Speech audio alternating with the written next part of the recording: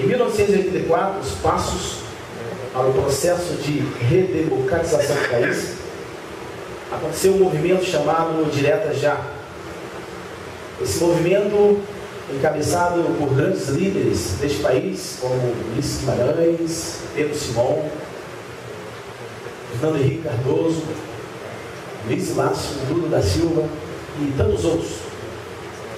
O Brasil estava há 20 anos sofrendo o período da ditadura militar. Com a eleição ganha por Tancredo Neves e o seu vice José Sarney, renasceu a esperança do povo que há 20 anos estava sob o jugo ditatorial de um sistema opressor. No entanto, antes de tomar posse, a história diz, aqueles que se lembram muito bem, Tancredo Neves teve que ser hospitalizado às pressas, passou por uma cirurgia, e antes da posse, o homem ficou em coma. Aquela cirurgia veio a deixá-lo em coma. E houve uma preocupação, porque o dia da posse estava chegando e o presidente estava em coma, o presidente eleito, Tancredo de Almeida Neves. E aí o que fazer?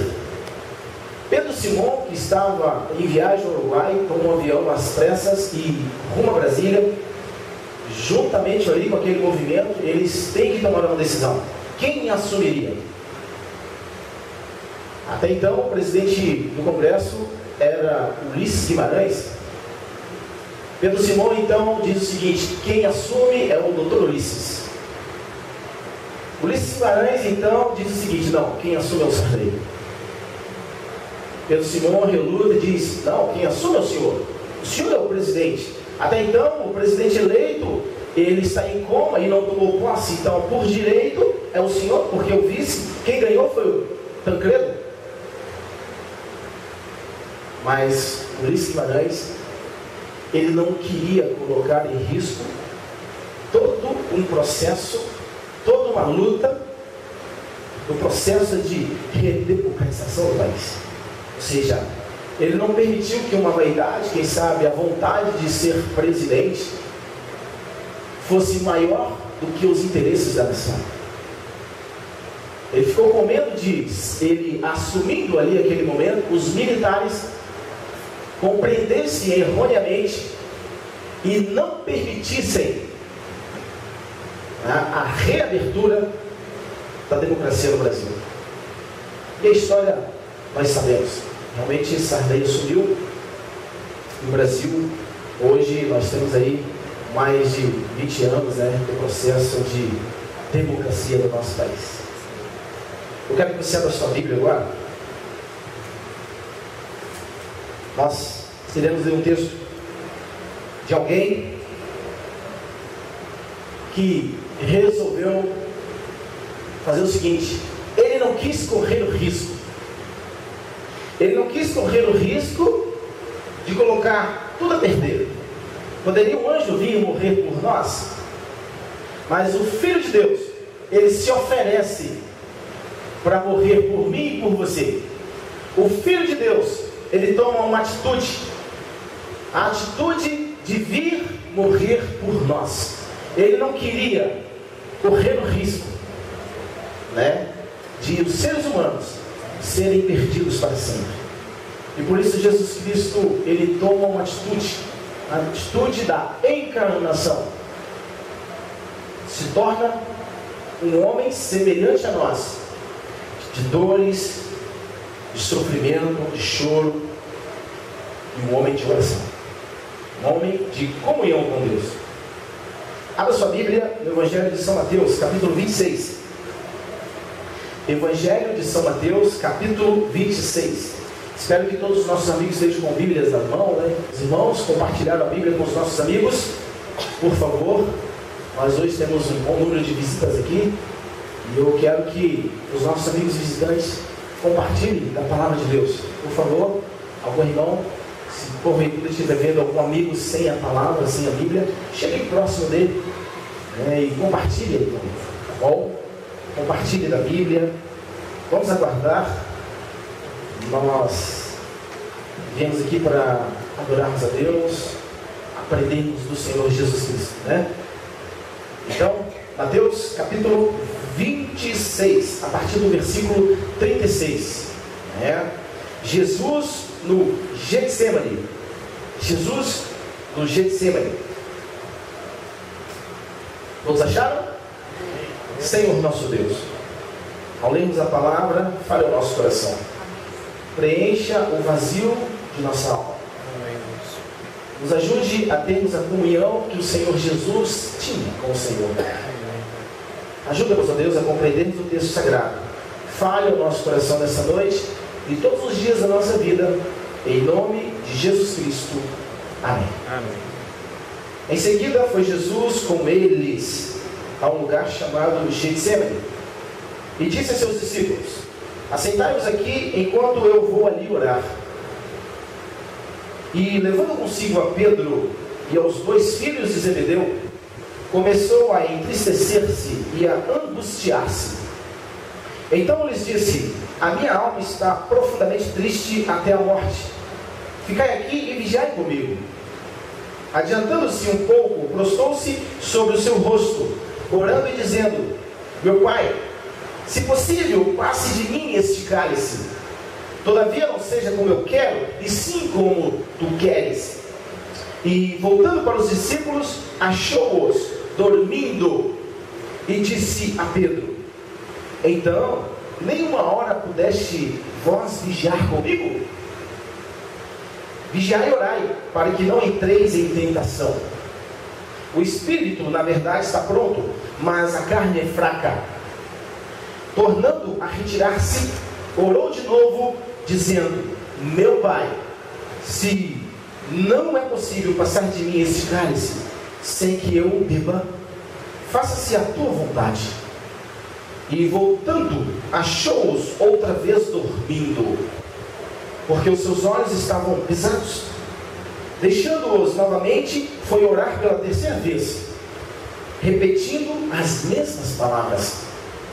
Então voltou para os seus discípulos e lhes disse: ainda dormis e repousais? Eis que é chegada a hora que o Filho do Homem está sendo entregue nas mãos de pecadores.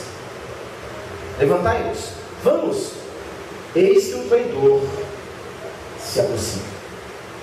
Amigo, esse é um momento muito difícil na vida no ministério de Jesus. É um momento de indecisão. Jesus tinha em mente que estava ali sobre os seus ombros o destino de toda a humanidade, o meu e o seu destino. Ele sabia que não poderia fracassar. Ele sabia que o pecado de todos os seres humanos, desde Adão até o último ser humano na terra, estava naquele momento recaído sobre ele. E na sua necessidade humana, ele vai ao horto, ao jardim do Getsemane. Getsemane quer dizer mais ou menos azeitona triturada, lugar onde é triturado a azeitona. Jesus sabia que ele seria triturado pelos nossos pecados. Você não faz ideia do que é o sofrimento que Jesus teve. Você não faz ideia. Cada um de nós aqui é tentado em todas as esferas, uns mais, outros menos. E de repente a tentação que vem sobre você e parece ser insuportável, e muitas vezes quando nós estamos assim fracos mesmo, a gente deixa de orar, a gente deixa de ler a Bíblia e somos presas fáceis do inimigo. A gente de fato começa a sentir um pouquinho daquilo que Jesus sentiu, mas não chega nem perto, porque Jesus Cristo sofreu o peso dos pecados de todo mundo, do mundo inteiro. Não fazemos ideia. Nós não fazemos ideia. E às vezes a gente leva a nossa vida na brincadeira. É claro que erramos e vacilamos. Mas eu quero dizer uma coisa para você nessa noite. Não podemos, irmãos, continuarmos. Às vezes você vacila, Mas é necessário nós cairmos de joelho, procurarmos um lugar separado como Jesus fez.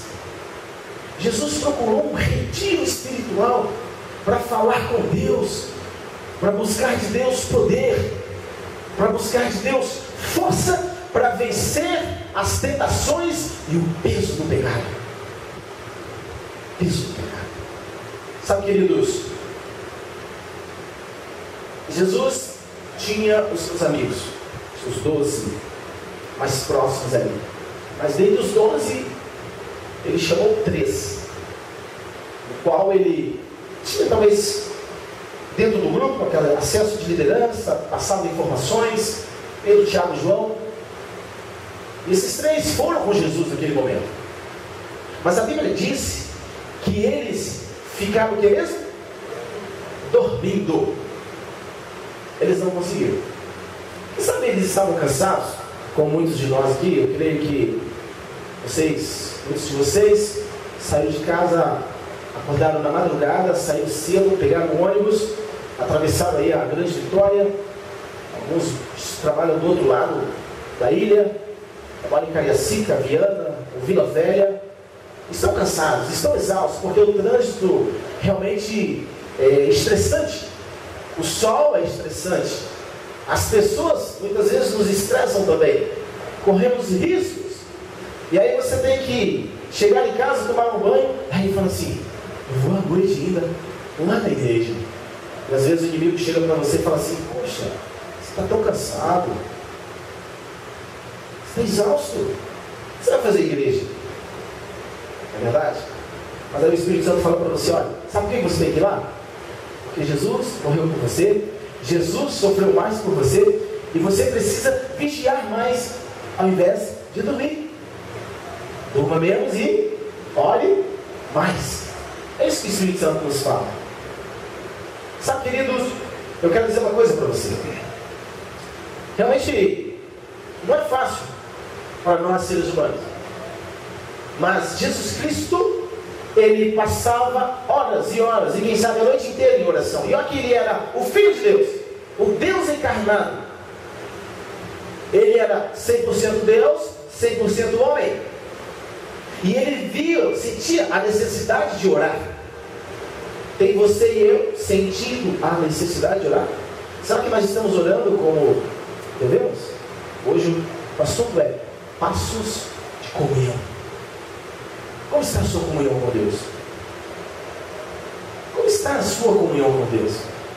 Você está separando quanto tempo do seu tempo para Deus? É possível que alguém diga: ah, pastor, eu não tenho tempo. Eu trabalho, eu corro, eu chego em casa, tenho que fazer um monte de coisas. Eu sei. As pessoas hoje praticamente não têm tempo, e o inimigo parece ter colocado mais e mais atividades para as pessoas. As pessoas não têm tempo. Tem tempo para a família. Estamos na era Wi-Fi, né? Seja uma casa duplex, a mãe está na cozinha, enquanto ela está fazendo almoço, o filho está lá no alto assistindo televisão, usando o computador ou usando o celular. E lá de cima ele diz o seguinte, manda uma mensagem via Wi-Fi, né? Torpedo, ou o e-mail, ou o WhatsApp. Ele diz assim: mãe, eu quero um copo com água. E a mãe responde: tá bom, já estou indo. E ó, sobe as escadas e leva. As pessoas estão próximas, mas estão distantes. As pessoas não têm mais comunicação. Os pais não têm mais tempo para chegar à mesa, sentar com a família, ali, os filhos, a esposa, e ali conversarem, almoçarem. De repente, ele está preocupado com o Globo Esporte, né? Ele, no domingo, assistiu o jogo do Flamengo e Vasco, mas aí ele quer também ver os lances, e desesperadamente ele larga a família para lá e vai lá para frente da televisão, no sofá, e zapeia o canal ali, né? E aí a comunhão da família fica de lá, mas o importante aqui não. O Flamengo, o Vasco, o Corinthians, o que for. Aquilo ali é mais importante do que a preciosidade que ele tem dentro de casa. Eles estão colocando isso como importância. Sabe por quê? as pessoas estão longe da comunhão com Deus. Alguns falam assim, esse bando de religiosos vão para a igreja, esses crentes. Eu quero dizer uma coisa para você, a gente ora pouco ainda, acho que a gente vem pouco para a igreja, sabia? Porque as pessoas, elas não se importam, elas vão aos estádios de futebol e é domingo, quarta, sábado, se tiver todos os dias, eles vão e eles pagam uma nota para assistir 22 jogadores se degladiarem até em chutes, né, em xingamentos, e ali, por causa de um time de futebol, há uma briga constante, os nervos vão à flor da pele, as pessoas pagam caro por isso, mas as pessoas não querem pagar o preço para separar um tempo e a sós com Deus, falar com Ele, que é de graça, inteiramente grátis, inteiramente grátis. Quanto tempo você está passando com Deus? Quanto tempo você passa, por exemplo, na frente do televisor ou à frente do computador? Quanto tempo você passa nas redes sociais? 1 hora, 2 horas? Você tem um monte de amigos espalhados pelo Brasil e pelo mundo, e esses amigos você começa a conversar com ele, você nunca viu. E você, quem sabe, começa a falar das suas intimidades com esse amigo. Eu quero dizer uma coisa para você, amigo. Há um amigo que está a quilômetros de distância desse universo, mas ao mesmo tempo ele está perto de nós. E se nós contarmos com ele, eu quero dizer uma coisa para você, ele nunca te decepcionará, nunca nos decepcionará. Louvado seja o nome do Senhor. É preciso termos, irmãos, amigos, passos de comunhão com Deus, passos de comunhão com Cristo. Sabe por quê? Porque no momento da dificuldade, no momento que vem a aprovação, o problema, você, em nome de Jesus, clamou, e o Espírito Santo te fortaleceu, e você vai suportar, em nome de Jesus, as provações e as tentações. Por isso Cristo venceu. Cristo venceu, porque Ele foi fiel a Deus, Ele foi obediente a Deus. É claro que nós não vencemos pela obediência, porque a história já diz que o ser humano fracassou. Adão fracassou, porque quando ele foi obedecer, infelizmente ele não obedeceu, então ele fracassou pela obediência. E Jesus, o segundo Adão, em nome do Pai, pelo poder de Deus, ele foi lá e venceu na carne, venceu na obediência, e por ele ter vencido, ele credencia para nós a vitória. Amém?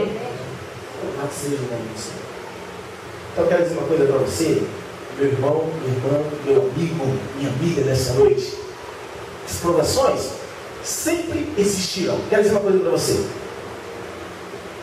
Não é o fato de você ter tomado a decisão ao lado de Jesus e que seus problemas agora se acabaram.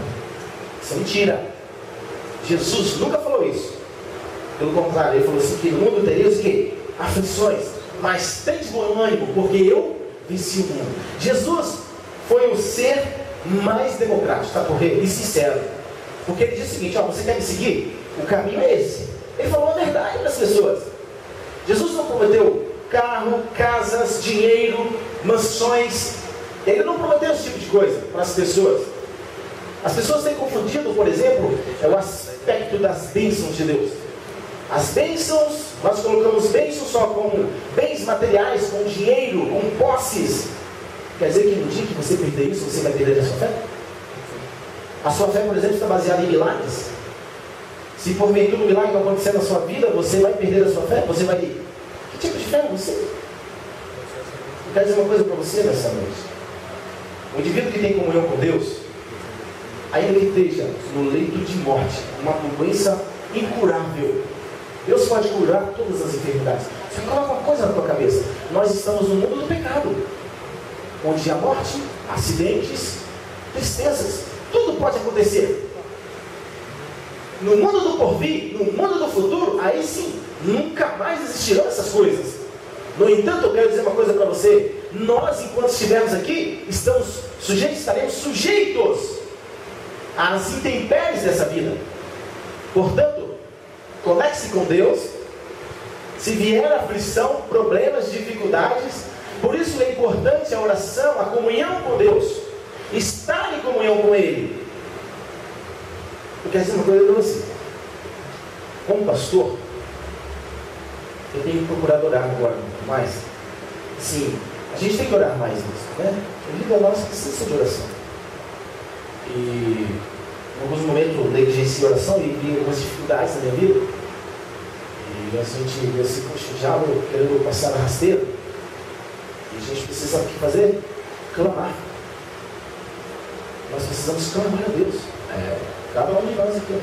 Se você estiver percebendo a perseguição, o problema da sua vida, a dificuldade, as coisas não dando certo, sabe o que você tem que fazer? Clamar. A Bíblia diz que Jesus clamou, chorou, se angustiou, a sua alma entristeceu. Jesus praticamente ficou no estado depressivo. Não sei se poderia dizer isso, mas é complicado. Ou seja, angústia muito forte. Pai, se possível, passe de mim esse cálice. Sintomas de sofrimento, de angústia, de alguém desesperado. Alguém sabia o peso da responsabilidade. Sabe por quê? Porque ele carregava nos seus ombros, eu e você. A culpa minha e a sua culpa. Então, queridos, eu quero dizer uma coisa para você. Precisamos estar mais em comunhão com Deus. Estamos mais em comunhão com Deus. Não deixe o inimigo atrapalhar a sua vida. Não deixe ele jogar as coisas em tua cara e querer te desmoralizar e achar que você tem mais jeito para você. Porque em nome de Jesus há solução para você e para mim. Amém?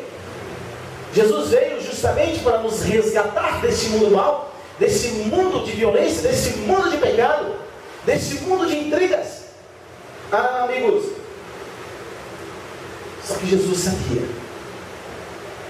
para isso acontecer, para que nós tivéssemos paz e um futuro de esperança, ele precisava ser triturado, morto, xingado, chutado. Nós não fazemos ideia do sofrimento que Jesus teve. Foi um sofrimento horrível. Os algozes, eles não tiveram pena, eles não tiveram dó, porque a pessoa de Cristo incomodava as pessoas. Será que Jesus está me incomodando, irmãos? Será que Jesus tem te incomodado? Você tem olhado a pessoa de Jesus como um incômodo em sua vida? Portanto, é necessário você se entregar mais a Ele. É necessário você permitir que Ele cuide de você. Permitir que você, assim trilhe ao lado dEle. Não deixe os problemas dessa vida, os problemas da igreja, os problemas familiares, os problemas do seu trabalho, na escola, na faculdade. Não deixe essas coisas sufocarem a sua fé. Tá? Não deixe os inimigos, ou os supostos amigos te desviarem do caminho do Senhor. Em nome de Jesus, permaneça firme. Sabe, queridos, nós queremos uma vida de santidade, queremos uma vida de Daniel, queremos uma vida de Moisés, queremos a vida de Jesus. Mas sabe qual é o problema? Não queremos pagar o preço que eles pagaram. Ou seja, quantas vezes Daniel orava? A Bíblia diz que ele orava quantas vezes? 3 vezes. Quantas vezes você tem orado?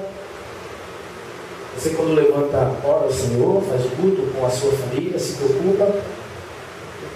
Você, quando está no ônibus ou ao volante ou no avião, você tem orado ao Senhor? Você tem se preocupado, irmãos? A nossa vida precisa ser de oração. Estou vendo. Estava vendo agora, para casa, um caminhão de repente entrou na minha frente e tive que frear. A vida tem que ser de oração. A gente não sabe o que poderá nos suceder. E Jesus sabia disso. E por isso ele clamou a Deus. Por isso ele chorou. Por isso ele suou sangue. Sabe por quê? Porque ele sabia que o peso era demais. O peso era demais. Será, irmãos, que nós estamos considerando tudo isso? Será que você tem considerado que a sua luta não é contra a carne, não é contra o sangue, mas contra os dominadores, as potestades deste mundo tenebroso, do mundo, das forças espirituais do mal? Tu já parou para pensar que você está envolvido num grande conflito entre o bem e o mal? Amigos do céu, precisamos parar para pensar um pouquinho mais. Nós precisamos considerar tudo isso. Às vezes a gente leva a nossa vida na brincadeira e esquecemos que precisamos ter comunhão com Deus, comunhão com o Pai, para que quando vier os problemas, as provações, em nome de Jesus, eu saia vencedor, amém? Ah, meus irmãos, Cristo é aquele que deu a vida por nós. Considere isso. Nesse momento nós iremos ouvir uma música, né? Teremos uma mensagem final, uma mensagem musical. Eu quero que você, hoje eu não vou chamar para você vir aqui à frente. Nosso apelo hoje será diferente. Queria assim, que se você puder, não sei, alguém que você já conhece, pode ser se você não conhece os irmãos da igreja, tanto os nossos amigos visitantes, eu queria que você ficasse assim, próximo um do outro, quem sabe em duplas, em trio, né? E ali, neste momento, nós, em algum momento, parássemos ali. Eu queria fazer o seguinte, eu não sei se você já ajoelhou hoje. Já se ajoelhou? Já ajoelhou hoje? Você sabe que Jesus ontem, a mensagem de ontem diz que Jesus se ajoelhou para quê? Para lavar os pés aos discípulos. Passos de humilhação. Se ajoelhar perante Deus não é humilhação. Deus não te humilha. Pelo contrário, você vai sair daí grande, porque vai te enaltecer como filho dele. Como alguém que é humilde, como alguém que está reconhecendo a santidade e a grandiosidade do poder dele, a majestade de Deus. Deus é superior a qualquer coisa, a qualquer reino, a qualquer líder, a qualquer governante. Deus é superior e merece todo o nosso respeito, toda a nossa santidade, toda a nossa reverência. Louvado seja o nome do Senhor. À medida que o irmão Gilmar estiver cantando, eu gostaria que você ficasse de pé em algum momento, e aí já pudesse já chegar próximo de alguém. Eu queria que você escolhesse alguém, e nós, no momento certo eu vou falar, e nós iremos orar. Tá? O apelo hoje é em oração, em comunhão. Nós precisamos orar mais para sermos fortes.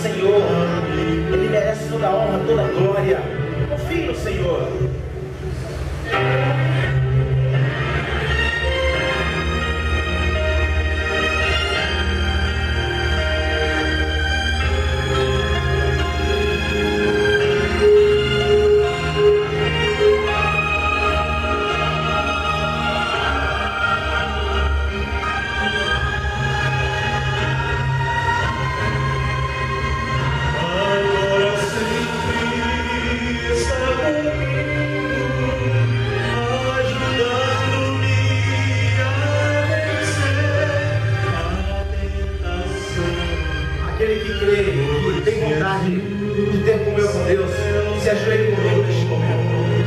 Eu gostaria que você se ajoelhasse agora com o seu amigo.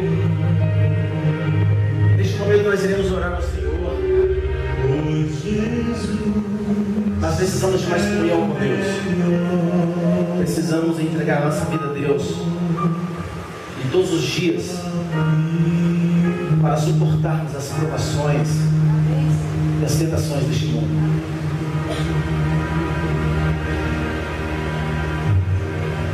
Senhor nosso Deus, nosso Pai, liberta-nos, ó Deus, de todo mal, de todo pecado.